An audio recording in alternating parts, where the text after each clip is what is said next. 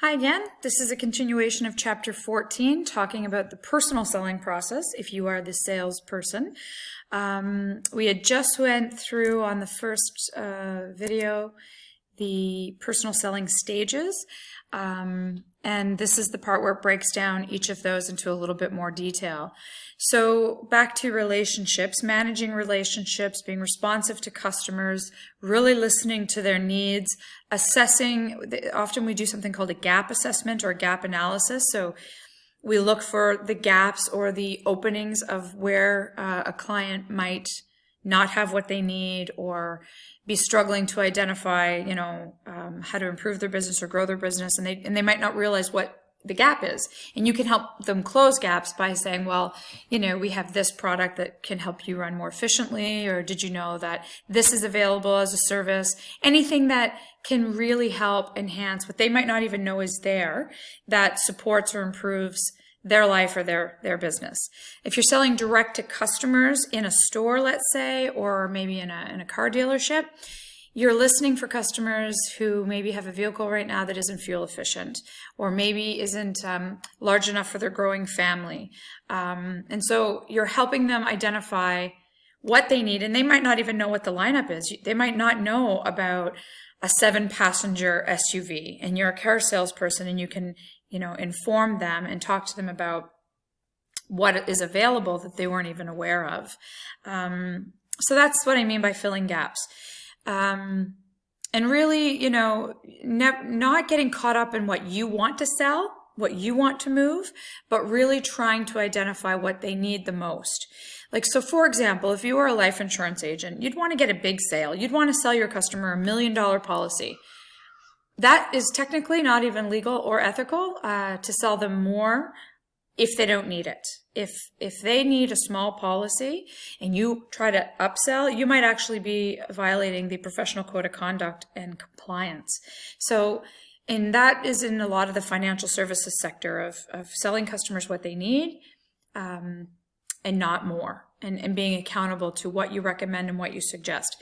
If you were in a different sales industry, like maybe in a clothing store, and you wanted to add earrings and socks and extra blazers and, extra accessories or whatever, the upsell then is, there's no ethical limitation on that.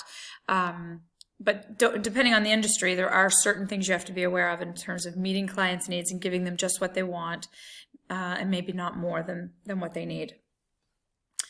The entire company is managing those relationships, supporting those customers, and ultimately creating value for the customer, making them feel that was worth it. The money was worth it. It's money well spent. Let's see what's happening with my slides here. Okay, so sales promotion. Again, that goes back to the chapter we learned in 13, all about the 4 Ps, the P being promotion, advertisement.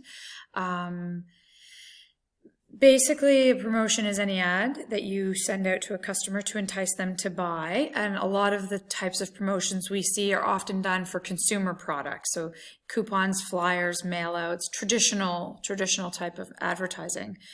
But if you are a salesperson for a company to another company in a B2B relationship, you might be doing other types of promotions like trade shows.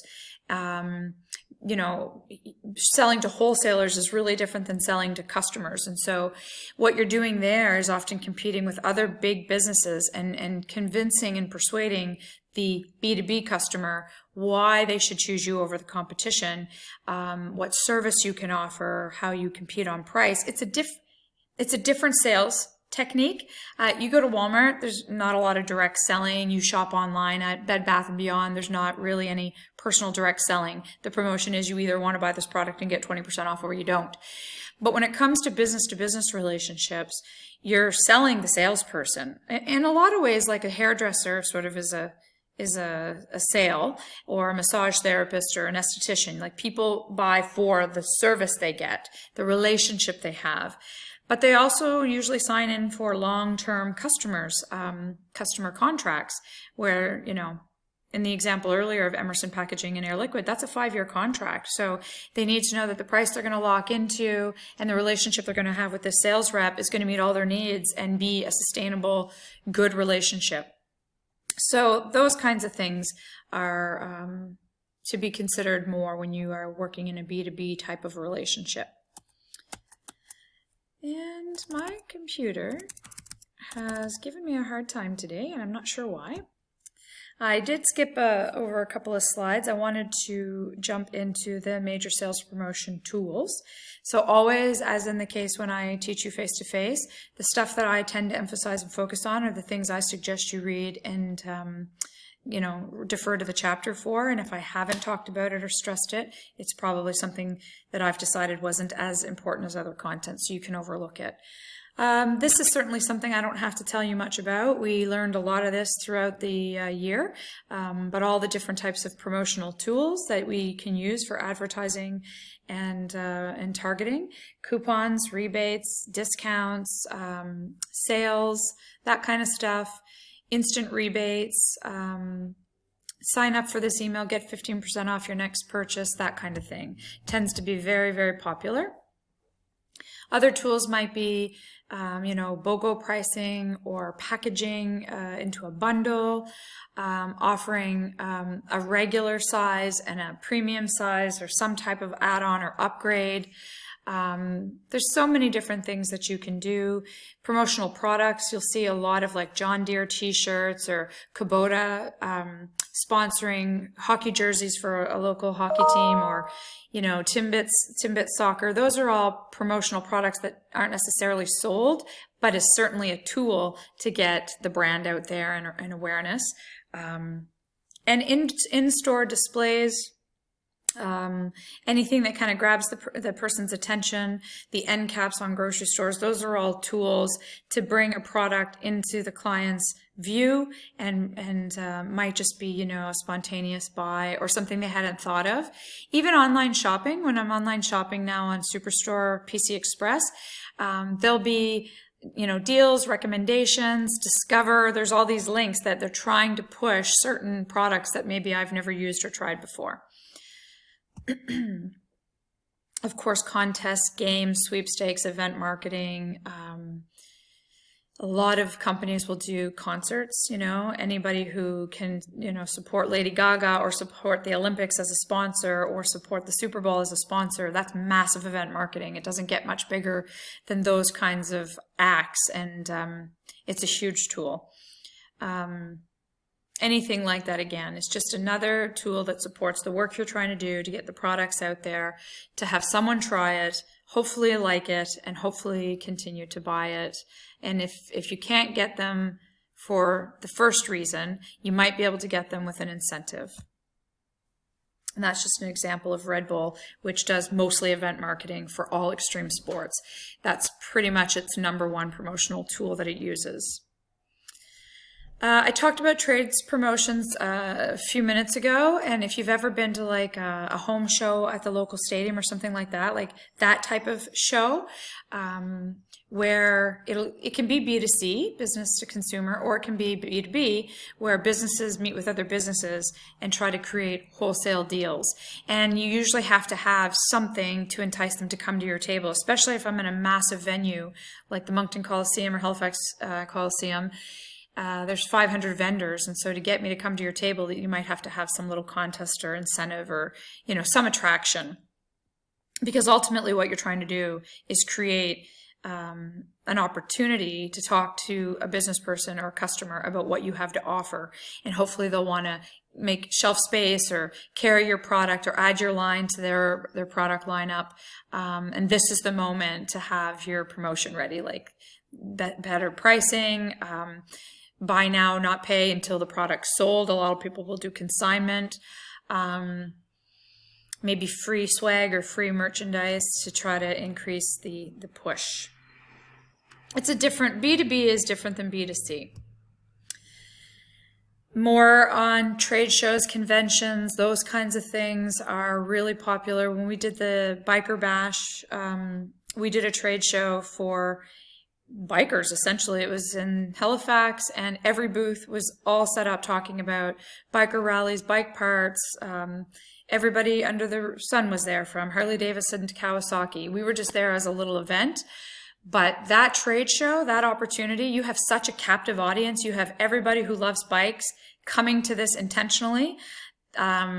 This was one of the #1 promotional tools we used, was getting our poster out there, getting people to sign up to come to our event, passing out swag, passing out gears, getting vendors to sign up. You know, it was probably our most attractive tool that worked the most and built the Biker Bash from, 20 vendors to 50 vendors, and really grew its online presence, because one of the contests we did was sit on this bike. I think it was an Indian bike. We'll do a photo contest. We'll put your photo up on our social media page, and then there'll be a draw for free tickets to the Biker Bash for the most popular picture, something like that. We had a contest.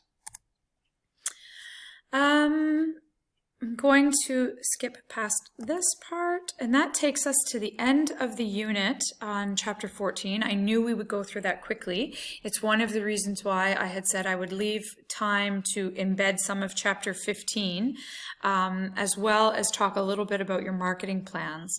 So my next video will get into a little bit more of social media, online engagement, digital tools. It'll go back to some of the original concepts around segmentation, targeting, and positioning our products. And then I'll be wrapping up with a few more tips and suggestions for your marketing plans. I can't stress this enough. Your marketing plan is the most important piece of work that you submit in marketing this term. It is an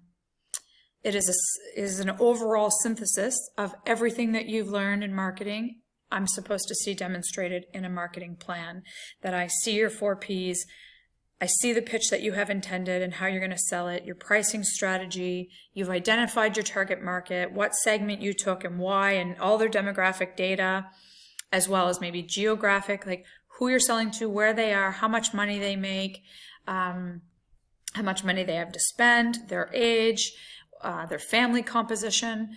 I strongly encourage you to Google the concept of personas, target personas for marketing.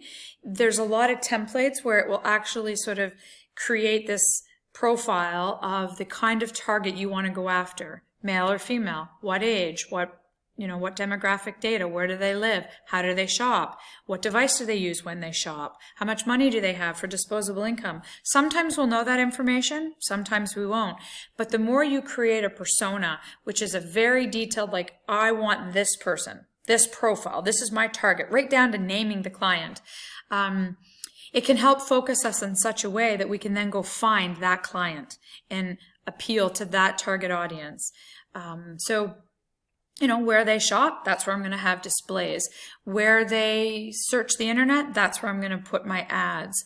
How much money they have, how much money they can spend, the things that attract them to buy a product, all of that will inform my strategies on how I sell that product to them.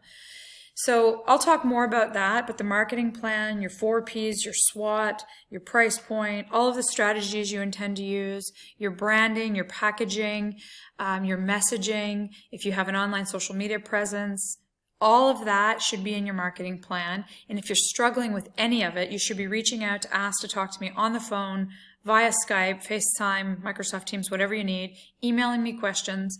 I am readily available. I know it's not the traditional way of teaching, but I can still make sure you get the content and support you need, only if I know what you need.